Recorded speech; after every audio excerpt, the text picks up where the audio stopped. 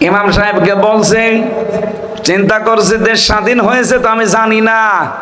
ইমাম সাহেবকে গিয়ে বলছে, এখানে আশপাশে কোনো জায়গায় হাসপাতাল আছে, আমার একটু নিয়ে যান। ইমাম সাহেব ওনাকে চিনতে পারে নাই, কারণ ব্যারিস্টার আরমানের 8 বছর আগের যে চেহারা, ওটা রাজপুত্রের মতো, আর এখন যে চেহারা হয়েছে ফকিরের মতো। ঠিক। আর তারপরও ছেঁড়া গেঞ্জি, ছেঁড়া গামছা, ছেঁড়া লুঙ্গি গায়, শীতের সময় থর থর করে কাঁপছে। ইমাম সাহেব দয়ালু ছিল, নিয়ে গেছে পাশের এক হাসপাতালে। হাসপাতালে নিয়ে যাওয়ার পরে ওখানে যিনি দায়িত্বে আছে রিসিপশনে, চিন্তা করছে যদি পরিচয় দেই, না জানি আওয়ামী লীগের সময় এখন যদি থাকে, আবার কোন পানি কোন দিকে গড়ায়। উনি তো জানে না যে দেশ স্বাধীন হয়ে গেছে। তাহলে বলেন তো কোন অবস্থায় ছিল দেশটা স্বাধীন হয়েছে, তারপরও সে জানে না। মাটির নিচে শয়তানরা এমন ভাবে সুড়ঙ্গ করে ঘর বানিয়েছে, বাংলাদেশ ধ্বংস হয়ে যেতে পারে, আপনি টেরও পাবেন না। আয়না ঘরের ভেতরে আপনারা এখন যে চেয়ার দেখতে পাচ্ছেন, ওটা কারেন্টের শর্ট দেওয়া চেয়ার, ওটা দিলে এভাবে দোলে। আর আমার যেখানে নিয়ে গিয়েছিলাম, আমি দেখেছিলাম ওখানে যদি কাউকে বসায় ওটা ঘোরে।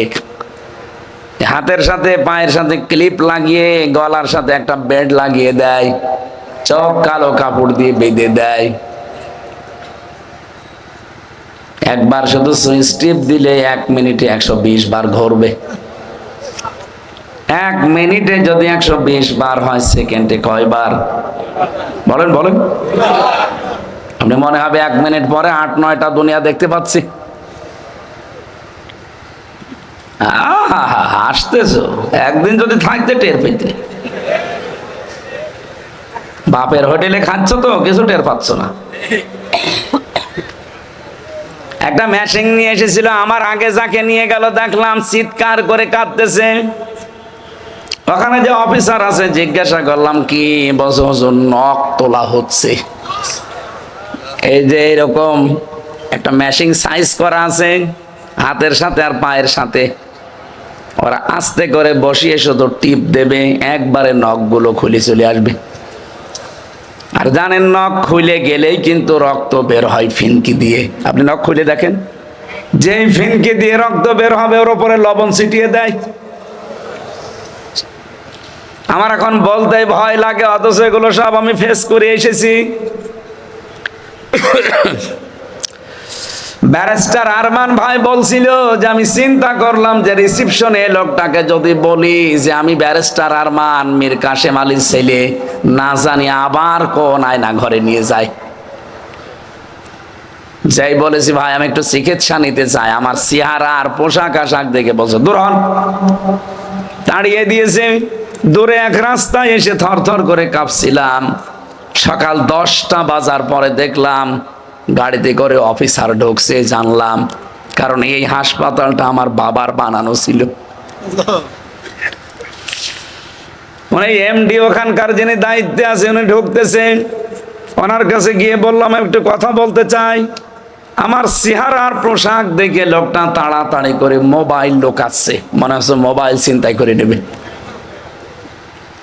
কিছুক্ষণ পরে বললাম যে স্যার আমাকে চিনতে পারেননি, আমি ব্যারিস্টার আরমান মীর কাশেম আলীর সন্তান।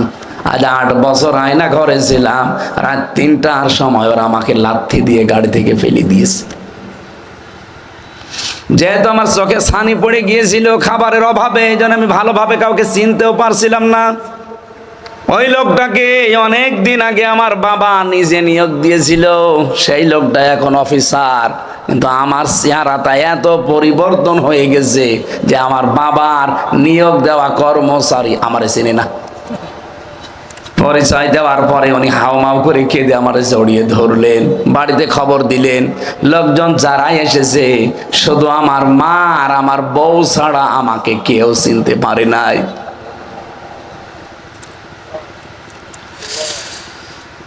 ও ঢাকাবাসী, কি বলতে চাই আপনি হয়তো বুঝে ফেলেছেন। এই পোশাক আশাক যদি সত্যি আমার এখানে না থাকতো, আর আমার মুখটা যদি শুধু পরিবর্তন হয়ে যেত, এখানে না এই গেটেও আমার উঠতে দিতেন না। বলতেন পরে আসেন। গতকালকে আমি নোয়াখালীর কোম্পানিগঞ্জ, ওখান থেকে শেষ করে গিয়েছি কুষ্টিয়া ভার্সিটিতে। এই যাবার সময় ফজরের নামাজ পড়ছিলাম কুমিল্লার কোনো এক জায়গায়, না ওটা ভাঙ্গার এক মসজিদে নামাজ পড়ার পর মসজিদে ঢোকার পরে যে তিনজন মুসল্লি, তিনজন এরকম মুরব্বী, ওরা তো আর ইন্টারনেট ঘটে না যে আমারে চিনবে। দাঁড়িয়ে আছি অনেকক্ষণ, চিন্তা করছে ইমাম সাহেব আজকে আর আসে নাই। আমারে বলছে বাবাজি নামাজ পড়িয়ে দেন। কণ্ঠের যে অবস্থা, কথা তো বের হচ্ছে না, খুব কষ্ট করে 2 রাকাত নামাজ পড়ালাম। পেছন থেকে এক মুরব্বী বলছে কিসের ছাতা নামাজ পড়ালেন, সময় যায় না। দাঁড়ান। একটু পরে দেখে এক যুবক এসে 1 রাকাত নামাজ পেয়েছিল, পরের রাকাত শেষ করে অত ইন্টারনেট জগতের মানুষ ও আধুনিক মানুষ আমার চিনে ফেলেছে। যে বলছে দাদা চুপ করেন, চেনেন? বলছে না, আমির হামজা। তাড়াতাড়ি করে এসে হাত পা জড়িয়ে বলছে হুজুর দোয়া করেন। এতক্ষণ গরম দিচ্ছিল আর এখন বলছে দোয়া করে। পোশাক এটা অনেক দামি জিনিস। হযরতে শেখ সাদী রহমতুল্লাহ আলাইহি সাধারণভাবে তিনি চলাফেরা করতেন। তিনি এক জায়গায় দাওয়াত খেতে গিয়েছিলেন, তারে ঢুকতে দেয়নি। পরবর্তীতে উনি পোশাক আশাক যে রাজকীয় পোশাক, ওইটা পরে যখন গেছে, খাবারের তো অভাব হয়নি। উনি চিন্তা করলেন খাবার তো আমার জন্য এরা দেয়নি, দিয়েছে ওরা পোশাককে, খাবারগুলো নিয়ে উনি পকেটে নিলেন। লোকজন বলছে আপনি কি পাগল? বলছে পাগল আমি না, পাগল আপনারা। এর আগেও আমি এসেছিলাম, কিন্তু পোশাক আমার দামি ছিল না, এই জন্য আপনারা খাবারও আমাকে দিতে চাননি। পোশাকটা শুধু পাল্টিয়ে এসেছি রাজাদের পোশাক পরে। এখন যে আদর আপ্যায়ন দেখতে পাচ্ছি, মনে হচ্ছে আপনারা সম্মান আমাকে করেন না, করেন এই পোশাককে। এই জন্য খাবার খাওয়াচ্ছি, পোশাককে খা।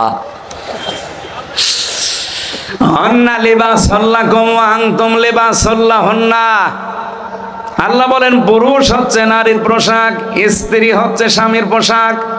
মা বোন যারা এসেছেন সাবধান, আপনি কিন্তু স্বামীর পোশাক পরলে মানুষের সম্মান যেমন বেড়ে যায়, স্বামী স্ত্রী এমন ভাবে দুনিয়াতে চলাফেরা করবে একে অন্যের কাছে যেন তাদের শ্রদ্ধাবোধ এবং সম্মান থাকে।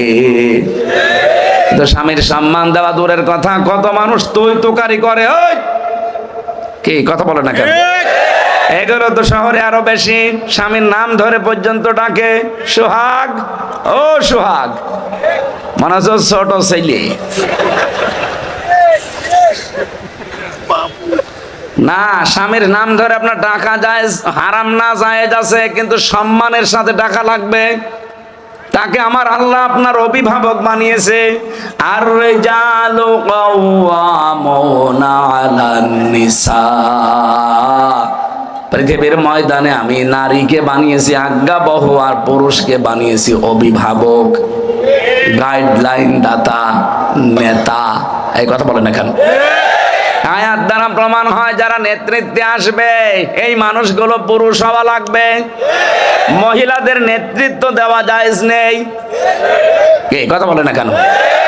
আন আবি হুরায়রা রাদিয়াল্লাহু তাআলা আনহু قال قال النبي صلى الله عليه وسلم لا يفلح قوم। হযরত আবু হুরায়রা থেকে বর্ণিত, নবীজি বলেন ওই জাতি কখনোই সফল হতে পারে না, উপরে উঠতে পারে না যে জাতির নেতৃত্বে কোনো মহিলা আছে। 54 বছরে আমার মনে হয় আজ মাথা তুলে দাঁড়াতে পারি না আমরা এই কারণে। এই কথা বলেন না কেন? আমেরিকার দিকে তাকান, জাতে মাতাল হলো তাহলে ঠিক আছে। আজ পর্যন্ত কোন মহিলাকে নেতৃত্বে বসিয়েছে? বলেন বলেন। আমরা এমন জাতি, আল্লাহর কোরআনের আয়াতটা যতদিন আপনি 100 ভাগ মানতে না পারবেন, আল্লাহর কসম এই দেশ উপরে উঠবে না। সুতরাং আমরা কোরআন হাতে নিয়ে বলতে চাই, আপনাদেরকে শোনাতে চাই, আগামীতে যারা দেশের নেতৃত্বে আসবে পুরুষ হওয়া লাগবে, মহিলা আমরা মানি না। এটা যদি সত্যি আমরা মানতে পারি, হাসিনাও বাদ, রওশন এরশাদও বাদ, বাকিটা বললাম না। আসবে যারা কি পুরুষ, বলেন বলেন, আরো জোরে বলেন। পুরুষ যদি এরশাদ চাচার মতো হয় তাও হোক, তাও তো পুরুষ। এই যে এরশাদের এলাকার লোক, চাচা চাই ছিল না কেন? পুরুষ ছিল, চাচার যৌবন ছিল। 80 বছর বয়স স্ট্যাটাস দিত আমার যৌবন এখনো অটুট। এই জন্য আমাদের চাষি বেশি, চাষি বেশি না আমাদের। চাষা মানে এতদিন বেঁচে থাকলে চাষি আরো বাড়তো, কারণ এখনো যদি তার যৌবন অটুট থাকে চাষি আমাদের বেড়ে যেত না। আগামীতে আমরা চাই এই দেশে যারা দায়িত্বে আসবে তারা পুরুষ হওয়া লাগবে। যারা পুরুষ মানুষ সামনে আসতে পারে না আমরা তাদের পেছনে নেই, কারণ আমরা কোরআন ওভারটেক করতে পারি। বলেন, এতদিন যা করেছি করেছি, পাগল ভালো হয়ে গেছি। এখন সামনে অংশ অন্তত চোরানে স্যার এই 34 নাম্বার আয়াত আমরা কখনো লঙ্ঘন করতে পারবো না। আপনি দিয়ে দেখেন পুরুষ মানুষকে, আর ওটা যদি সৎ এবং নির্ভীক হয়, কি বললাম, সৎ এবং নির্ভীক হয় ওই পুরুষটা, এ দেশ আবার দাঁড়িয়ে যাবে ইনশাআল্লাহ। ডক্টর মোহাম্মদ ইউনূস, ওনার ঈমান আছে না আছে ও প্রশ্ন আমি বাদ, কিন্তু লোকটা সৎ এবং নির্ভীক। দেখেছেন কাউকে পরোয়া করে? ভারতের মতো এত বড় রাষ্ট্রকে এমন এমন জায়গায় কুলুপ এঁটে দিয়েছে। খালি একবার বলেছিল 7 সিস্টার থাকবে না, থেমে গিয়েছে। ওই বিষয় কিন্তু আর ষড়যন্ত্র হয়নি। হ্যাঁ, অন্য লাইনে গিয়েছে। কি গিয়েছিল 3-4 দিন আগে, আপনারা জানেন, কিছুদিন আগে ঠিক এই দেশকে আবার অস্থিতিশীল করার জন্যে উনি একেবারে সরাসরি চলে গেছে দাদা মোদি ট্রাম্পের কাছে। ওলট পালট কিন্তু মিথ্যা সিদ্ধা বলে বোঝাবে যে বাংলাদেশে জঙ্গি বেড়ে যাচ্ছে, অথচ এই দেশে যে জঙ্গি নেই তার প্রমাণ আজ 7 মাস। 7 মাসে কোন জঙ্গি ধরা পড়েছে? কোন জঙ্গির নাটক পড়বে কি করে? কারণ যে নাটক লিখতো সেই তো পালিয়েছে, যাদেরকে দিয়ে এগুলো করাইতো তারাও পালিয়েছে। এই কাউন্টার টেররিজমের আসাদুজ্জামান, মনিরুল, এগুলো সব নাটক করতো, নাটক লিখে দেখতো ওনাদের মা। যেহেতু 7 মাস আর নাটক কেউ লেখেও না, নাটকের মঞ্চায়ন হয় না, এই জন্য দেশে জঙ্গি আর নেই। কে বলেছে দেশে জঙ্গি আছে? আন্দাজে এরকম একটা ভালো মানুষকে বাড়ি থেকে তুলে নিয়ে যাবে, ওই মাটির নিচে 2 মাস 5 মাস রেখে দেবে। 5 মাসে ওর চুল কাটবে না, দাড়ি কাটবে না, নখ কাটবে না, এমন এমন অবস্থা হবে 5 মাস পরে বেরিয়ে বলবে যে এই যে জঙ্গি ধরা পড়েছে, অথচ কিছুই না। ওরা নিজেরাই আমার কাছে বলেছে, আমি নিজে বলছি, এই যে কোরআন আমার সামনে, ওরা নিজেরাই আমার সাথে বলতো। আমি নিজে জেলখানায় গিয়েও দেখেছি, জঙ্গি বলে একজনকে পেয়েছিলাম। ওনারে বললাম যে ভাই, মানুষে যে বলে আপনি আল্লাহর দলের সভাপতি, তো আপনার সেক্রেটারি কে? বলছে আমার ছেলে। আপনি সভাপতি আর আপনার ছেলে সেক্রেটারি, আর বাংলাদেশে আর কেউ আপনার নেই? বলছে না, আমরা 2 বাপ বেটাই, আমি সভাপতি, ছেলে সেক্রেটারি। হচ্ছে আল্লাহর দলের প্রধান আব্দুল মতিন। আপনি যান গাজীপুর না, এটা আসলিয়া গাজীপুরের কাশিমপুর কারাগারে 4 নম্বরে আছে, ওটা হিমেল বিল্ডিং এ থাকে। আমি থাকতাম সামনেরটায়, উনি আমার সামনের বিল্ডিং এ। মাঝে মাঝে মানুষ বলতো উনি 17 বছর ছেলে আছে, উনি আল্লাহর দলের প্রধান সভাপতি। একদিন দেখা করতে গিয়ে দেখলাম যে বলছে আমার ছেলে সেক্রেটারি আর আমি সভাপতি। এই শেষ দুনিয়া, আর কেউ আমাদের নেই। এইগুলো সব ওরা টাকা পয়সা খরচ করে করে বানিয়ে এ দেশটা যেন বাইরের মোড়লদের কাছে একটা জঙ্গি রাষ্ট্র হিসাবে পরিগণিত হয়, এটা করতো। আর এইটার জন্যই কোনো হালে যখন পানি নেয়নি, তখন মোদি গেছে এই কয়েকদিন আগে ট্রাম্পের কাছে, এই দেশ সম্পর্কে কিছু মিথ্যা তথ্য দেবে, যে ট্রাম্পও সাথে মাতাল হলো, তাহলে ঠিক আছে। ও সাপ বলে দিয়েছে বাংলাদেশ আর হাসিনা ওটা আপনার ব্যাপার, আমার কাছে ওর বিষয়ে কথা বলবেন না। গরম ভাতে বিড়াল বেজার না, বেজার হয়ে গেছে। কেন হয়েছে জানেন? ট্রাম্প কিন্তু সহজে কথা বলতো না যে হাসিনার বাংলাদেশ নিয়ে কথা বলবেন না, কারণ যেই দিন মোদি গেছে ট্রাম্পের কাছে ঠিক ওই দিন আন্তর্জাতিক মিডিয়াগুলো নিয়ে ডক্টর মোহাম্মদ ইউনূস গেছে আয়না ঘরে, আর ওই দিনই জাতিসংঘ রিপোর্ট দিয়েছে যে বাংলাদেশে যা হয়েছে 24 সালে এগুলো সব মানবতা বিরোধী অপরাধ। আর আয়না ঘর এটা তো আরো বেশি, কারণ এটা মুরগির খোপের মতো। মানুষ এত কঠিন হতে পারে, এত হৃদয় কড়া হতে পারে মানুষের, এত পাথরের মতো শক্ত হতে পারে মানুষের হৃদয় ক্ষমতার জন্যে, এটা আপনি নিজে না দেখলে বুঝবেন না।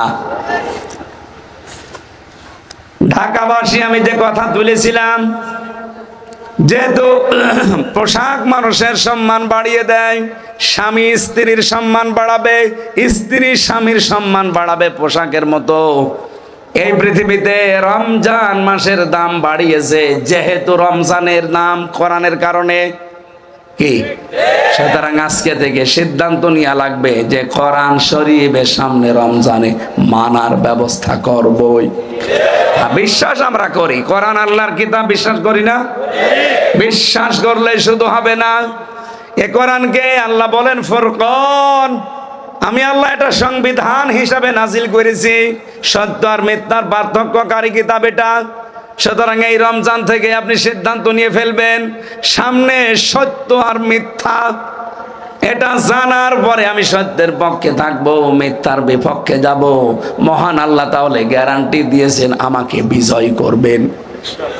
এই যে আজকের তেলাওয়াত কিন্তু আয়াত সূরা মায়েদার 54 নম্বর আয়াতে আল্লাহ ওইটাই জানিয়েছেন, ইয়া আইয়ুহাল্লাযীনা আমানু মাইয়ারতাদ্দা মিনকুম আন দীনিহি।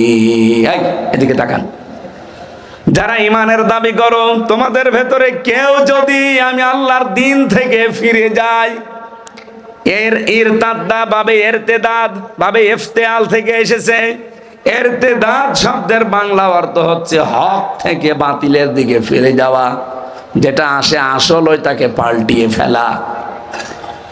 আমি যেহেতু নাম পরিবর্তনের হিড়িক তৈরি করার কথা বলেছিলাম না, যে আন্তর্জাতিক বিমানবন্দরের নামও পরিবর্তন করে এখন যারা পাল্টিয়ে দিয়েছেন তারা এই আয়াতের শামিল।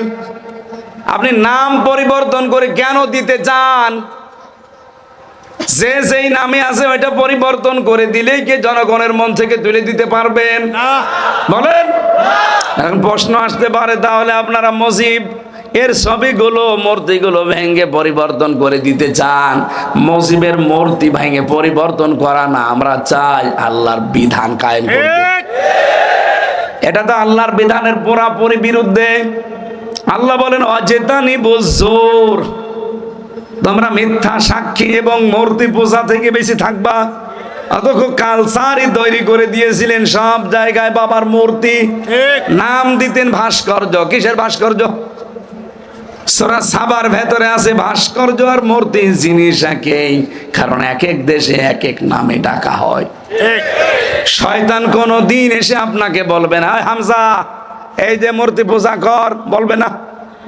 কিন্তু মূর্তি পূজা করলে যে গুনাহ হয়, এমন গুনাহ আপনাকে দিয়ে করাবে, এই কথা বলে না কেন? আমি যেটা এই আয়াত থেকে পেয়েছি, আজ এই বাংলাদেশে যারা আল্লাহর দিন থেকে ফিরে চলে যেতে চাচ্ছেন, আগস্টের 5 তারিখের পরে আমরা দেখতে পাচ্ছি অনেকেই আল্লাহর দিন থেকে মুখ ফিরিয়ে নিচ্ছে। আগে কিন্তু বিভিন্ন কায়দায় আল্লাহর নাম বলতো, আল্লাহকে ডাকতো, কিন্তু এখন আস্তে আস্তে মুখ ফিরিয়ে নিচ্ছে। এখানে দুইটা কারণ হতে পারে। এক নম্বরে ও মনে করছে যে আমি যদি মুখ ফিরিয়ে নেই, আমার সাথে দেখা দেখি আমার দলের লোক মুখ ফিরিয়ে নেবে, তাহলে এই দেশে আর ইসলাম কায়েম হবে না। আরে ভাই, ইসলাম কায়েমের দায়িত্ব কি হামজার? বলেন। আর ইসলামের মালিক কি হামজা? না। এটা প্রথম অর্থ। তারা এই মনে করতে পারে যে আমরা যদি ফিরে যাই দিন থেকে, আল্লাহর বিধান থেকে মুখ ফিরিয়ে নেই, তাহলে এই দেশে আর আল্লাহর বিধান কায়েম হবে না। দুই নম্বরে এই দেশকে স্থিতিশীল থেকে অস্থিতিশীল করার জন্য দাদা বাবুদের একটা চক্রান্ত অলরেডি শুরু হয়েছে। এই জন্য রাখাল রাহাকে দিয়ে আল্লাহর নবীকে একটা গালি দিয়েছে। এটা নিয়ে যেন আমরা বিশৃঙ্খলা করি, বাংলাদেশকে যে অশান্ত তৈরি করে ফেলি, ডক্টর ইউনূস যেন কন্ট্রোলের বাইরে চলে যায়, তখন ঠিক আপাত চট করে এসে বলবে আমি ছিলাম, আমি আছি। চক্রান্ত দুইটাই হতে পারে, একটাতেও পা দেওয়া যাবে না। হ্যাঁ, আমরা চাই প্রতিবাদ, যেভাবে প্রতিবাদ করা দরকার ওইভাবে আইন হাতে তুলে না নিয়ে, যিনি আমার রাসূলকে গালি দিয়েছে উনি মানবতার শত্রু। কারণ আমার রাসূল ছিলেন মানবতার বন্ধু। মানবতার বলেন বলেন, যারা রাসূলুল্লাহকে গালি দেয়, রাসূল যা দিয়েছেন আপনি ঋণী হয়ে আছেন, তার ঋণ শোধ করার কোনো কায়দা কৌশল কোনো কাজ নেই আপনার, শুধু তাকে গালি দিয়ে ছোট করতে চান। আপনার উদ্দেশ্য শুধু ছোট করা না, এই দেশকে মুসলমানদেরকে উস্কিয়ে দিচ্ছেন যেন বিশৃঙ্খলা তৈরি হয়ে যায়। আজকে একজন ধরা পড়েছে, মোটর সাইকেলে যারা হেলমেট নিয়ে আসে না তাদেরকে ধরে কোপ দেয়, এত বড় একটা চুরি। পুলিশ ধরেছে, যারে তারে কোপ দেয় না, দেখে ও লোকটা প্রথমে থামায়, জিজ্ঞাসা করে নাম কি, যদি মুসলমানের নাম বলে ছেড়ে দেয়, হিন্দুর নাম বললেই কোপ দেয়। এটা সূক্ষ্ম একটা ষড়যন্ত্র কিছু আবার আরম্ভ হয়েছে। হাসিনা বসে নেই, ও যাওয়ার পরে শুরু করেছে। প্রায় 27টা বিশৃঙ্খলা তৈরি করার চেষ্টা করেছিল এই 7 মাসে, একটাও ধোপে টেকে নাই, হালে পানি নেয়নি। এখন আবার এটা আরম্ভ করেছে। যারা এগুলো করছে এদের কিন্তু জাতি চেনে এবং জেনে ফেলেছে। কারো উস্কানিতে পা দেবেন না ভাই। হ্যাঁ, প্রতিবাদ জানান, যেভাবে প্রতিবাদ জানানো দরকার। আমরা সর্বোচ্চ ফাঁসি চাই তার, যারা রাসূলুল্লাহকে গালি দিলে রাখাল রাহার, এই কথা বলেন না কেন? এবং আইনও যেন পাশ করা হয় খুব তাড়াতাড়ি। বাংলাদেশে আল্লাহ এবং রাসূল এবং আলেম ওলামাদেরকে নিয়ে যারা কটূক্তি করবে তাদের ফাঁসি দেওয়া লাগবে। তাদের ফাঁসি আপনারা চান না? বিশেষ করে রাসূলুল্লাহর ব্যাপারে কোনো ছাড় নেই। এজন্য আমরা চাই এই লোকটাকে ফাঁসি দিয়ে দৃষ্টান্ত স্থাপন করেন। মানুষের ভেতরে যে জ্বালা, এই জ্বালাটা যেন একটু মেটে, নাইতে কখন আবার কে মেটে দেবে, তখন আবার সমস্যা করবেন যে এই দেশে এই যে মাথা ছাড়া দিচ্ছে উগ্রবাদীরা। আমরা শান্ত এবং ধৈর্যের পরীক্ষা দিচ্ছি। আপনি আল্লাহর দিন থেকে ফেরানোর জন্য দেখেন আজ বাংলাদেশে কত পীর। এই সমস্ত পীরগুলো ভণ্ডের নাম নিয়ে তারা মানুষদেরকে আল্লাহর বিধান থেকে দূরে সরানোর জন্য পায়তারা করছে। কি আপনি দেখেন সুন্নির নাম নিয়ে, কিসের সুন্নি? এরা আহলে বেদাত। ইসলামের ভেতরে নতুন নতুন বেদাত আবিষ্কার করে মানুষদেরকে আল্লাহর আসল দিন থেকে নকল দিনের দিকে নিয়ে যায়। আল্লাহ বলেন যারা দিন থেকে এভাবে চলে যায়, ফিরে যায়, কি হবে জানো? ফাসাউ ফায়াতিল্লাহ, অতি শীঘ্রই আমি আল্লাহ, অতি শীঘ্রই আমি আল্লাহ। বলেন অতি শীঘ্রই আমি এটা বানাচ্ছি।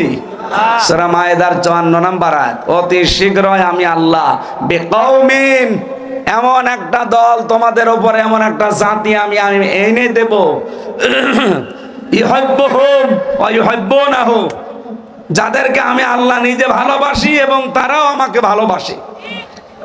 সুতরাং বাংলাদেশে যে আরম্ভ হয়েছে ধর্মীয় কায়দায় এবং রাজনৈতিক কায়দায় দিন থেকে ফিরে যাওয়ার হিড়িক তৈরি হয়েছে অনেকের। কি কথা বলছেন আমার? না নাম ধরা লাগবে। অনেকে ফিরে যাচ্ছে, মনে হচ্ছে যে দেশে দিন মনে হয় আর কায়েম হবে না। আপনি ফিরে গেলে আপনার মতো লক্ষ লক্ষ হারুন রেডি হয়ে আছে। হ্যাঁ কথা বলেন। আপনার বউ পাপিয়া ফিরে গেলে আপনার মতো বহু পাপি রেডি হয়ে আছে। ঠিক। আমি হামজা যদি আল্লাহকে না ডাকি, আমার মতো আল্লাহর বান্দা হামজা এ পৃথিবীতে কোটি কোটি আছে। আল্লাহর কোনো সমস্যা নেই। কথা বলে না কেন? এই জন্য মাঝে মাঝে দোয়া করার সময় আপনি কেঁদে ফেলবেন আর বলবেন রব্বুল আলামিন, আমার মতো হামজা তোমার কোটি কোটি আছে, কিন্তু তোমার মতো মালিক আমার একজনও নেই। আমি সুসংবাদ জানাচ্ছি, এদের পরবর্তী শব্দগুলোর দিকে তাকিয়ে আজ যারা ধর্মীয় কায়দায় জেনারেল কায়দায়, রাজনৈতিক কায়দায় আল্লাহর দিন থেকে মুখ ফিরিয়ে নিয়ে চলে যাচ্ছেন। মনে করছেন দেশে ইসলাম এবং ইসলামপন্থী মানুষদেরকে দুর্বল করে রাখবেন। আল্লাহর কসম পারবেন না। আল্লাহ বলেন আমি অতি শীঘ্র এমন একটা দল তৈরি করে দেব তাদের উপরে, যেই মানুষগুলো আমাকে ভালোবাসবে, আমি আল্লাহ তাদেরকে ভালোবাসবো। সেই দলে আল্লাহ আমাদেরকে যেন শামিল করেন, বলেন আমিন। সেই দলের কিছু নিয়ম নীতি আছে, এদিকে তাকান। সেই দলের কিছু বৈশিষ্ট্য আল্লাহ বলেন, আযিল্লাতিন আলাল মুমিনিন আইজ্জাতিন আলাল কাফিরিন। ওই দলে যারা থাকবে তাদের প্রথম গুণ হবে তারা নিজেদের প্রতি কোমল হবে, আর কাফেরদের প্রতি হবে ভয়ঙ্কর কড়া।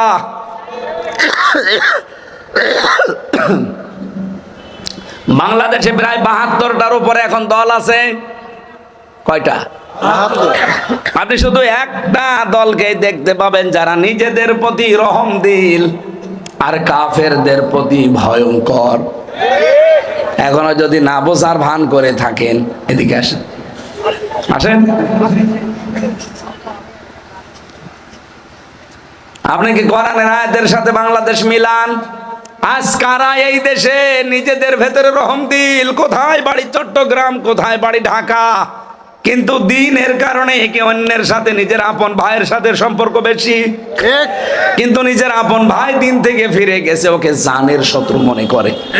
কারণ আইজ্জাতিনা আলাল কাফিরিন, কাফেরদের প্রতি তারা কড়া, কঠিন। আমার তো মনে হয় এটা বাংলাদেশে অনেকের সাথে মিলে যাচ্ছে। আল্লাহ যেন ওই দলের ভেতরে আমাদেরকে শামিল করেন। আমিন।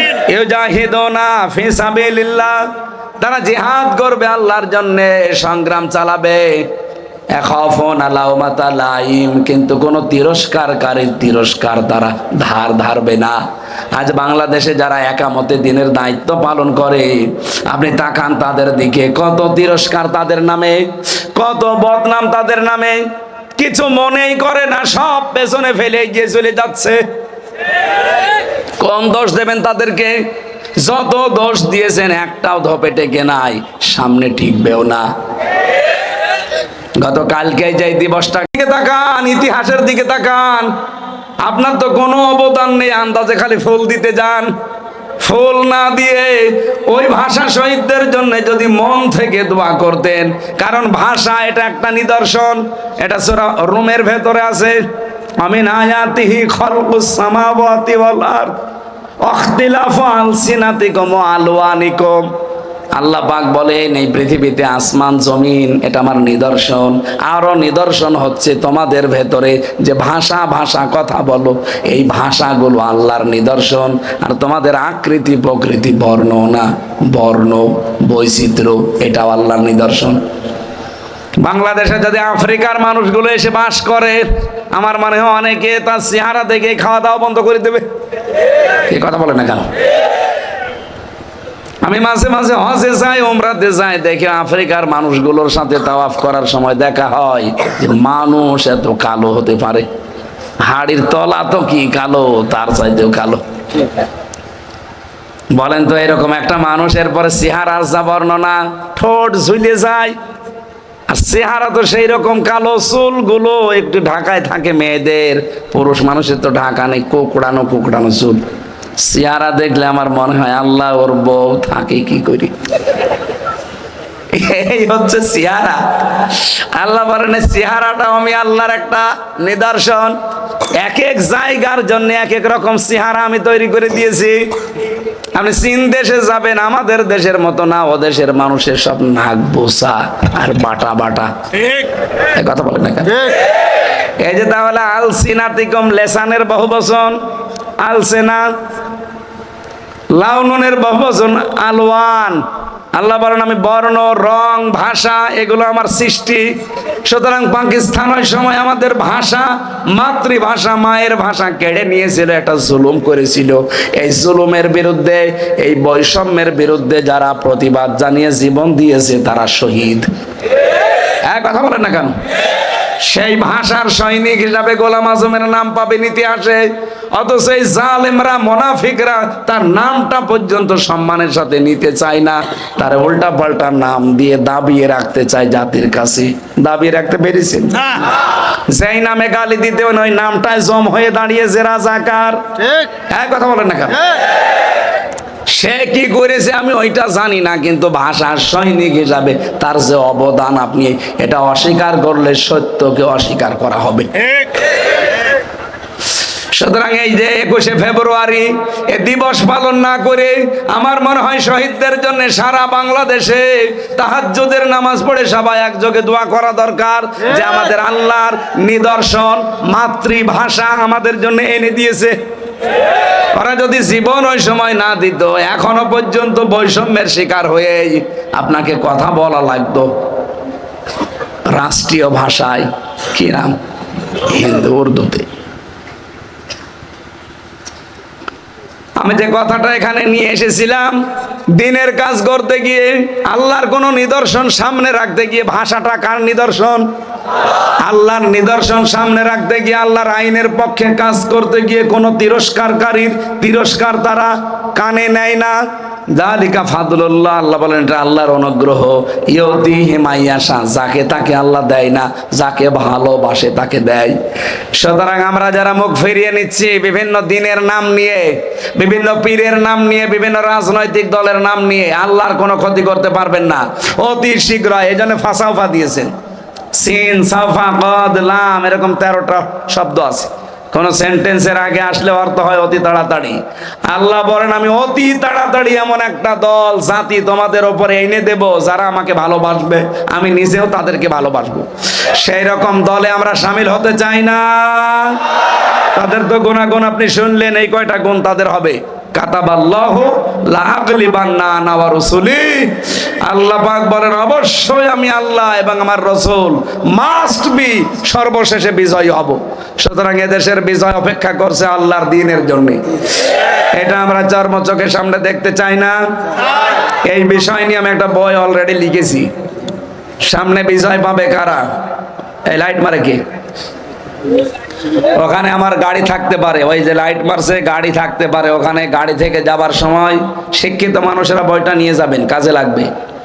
অনেক তথ্য দেওয়া আছে, তথ্যগুলো দুনিয়ায় জানা থাকলে আপনার ঈমান বৃদ্ধি পাবে। মেয়েদের জন্য বই লিখেছিলাম, সাংসারিক জীবনে যাদের অশান্তি, স্বামী স্ত্রীর মিল নেই, ওখানে আরেকটা পাওয়া যাবে, ওইটাও নেবেন, মেয়েদেরকে পড়াবেন। আল্লাহুম্মা আমিন।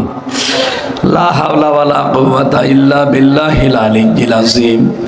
রব্বুল আলামিন, রাত 12টা বাজতেছে। চাতক পাখির মতো তোমার বান্দা বান্দিরা এই বৃষ্টির পানির ভেতরে ভেজা জায়গায় কাদার উপরে বসে আছে কোরআন শোনার জন্য। যারা এত পাগল, এদেরকে তুমি অমরের মতো বানিয়ে দাও। কাঠগড়া আশুলিয়া ঢাকার এই মানুষগুলো যে শ্রম আজকে দিয়েছে কমিটির মানুষ, আলামিন বাইতুল ফালাহ জামে মসজিদ, এই কমিটিরা এলাকার মানুষকে সাথে নিয়ে যে বিশাল আঞ্জাম দিল, হয়তো প্যান্ডেলগুলো পানিতে ভিজে নষ্ট হয়ে গেছে, তারপরও তোমার বান্দারা শক্ত হয়ে বসে আছে। এদেরকে ওমরের মতো বানিয়ে দাও। যারা আজ দিন থেকে ইসলাম থেকে মুখ ফিরিয়ে নিচ্ছে, তুমি বলেছো একটা দল আমি সেখানে তৈরি করে দেব, যেই দল তোমাকে ভালোবাসে, তুমিও তাদেরকে ভালোবাসো। আল্লাহ ওই দলে আমাদেরকেও তুমি শামিল করে নাও। মা বোনদেরকে পর্দায় থাকার তৌফিক দাও। আল্লাহ তাদের ঈমান আমল দিয়ে ভরপুর করে দাও। আমার ছেলে মেয়ে যাদের আছে লেখাপড়া করছে, মেধা স্মৃতি খুলে দাও। আল্লাহ আমি সহ যারা অসুস্থ আছি শেফায়ে কামিলা জেলা নসিব করে দাও। রব্বুল আলামিন, তোমার গোলাম যুবক বান্দা রবিউল ভাই, তার মাধ্যমে এসেছি। এ মাহফিলের প্রধান অতিথি জনাব বেলায়েত হোসেন রিপন ভাই, জনাব তমিজউদ্দিন সরকার সাহেব সহ আমার আরাফাতের ভাই হাসি সহ যত যুবক মানুষেরা এখানে যাদের নাম দেওয়া আছে, যত যুবকেরা এই মাহফিলের জন্য বিভিন্ন কায়দায় এগিয়ে এসেছে, তোমার রহমত এগিয়ে দাও। এলাকায় মাটির নিচে যারা ঘুমিয়ে আছে, কোরআনের ইজ্জতে মাফ করে দাও। বারাকাল্লাহু লানা ওয়া লাকুম ফিল কোরআনিল আযীম। আল্লাহ 3টা বছর তুমি দেখতে পেয়েছো কি জুলুম আমার উপরে গেছে, আমি অসুস্থ হয়ে গেছি, আমাকে তুমি আবার আগের অবস্থায় ফিরিয়ে দাও। মরণ আসলেই যেন বলতে পারি লা ইলাহা ইল্লাল্লাহ মুহাম্মাদুর রাসূলুল্লাহ। যান, গাড়ি থেকে অবশ্যই বইগুলো নিয়ে যান, নিজের জন্য একটা, স্ত্রীর জন্য একটা, 2 রকম আছে, 2টা নিয়ে যাবেন, কাজে লাগবে।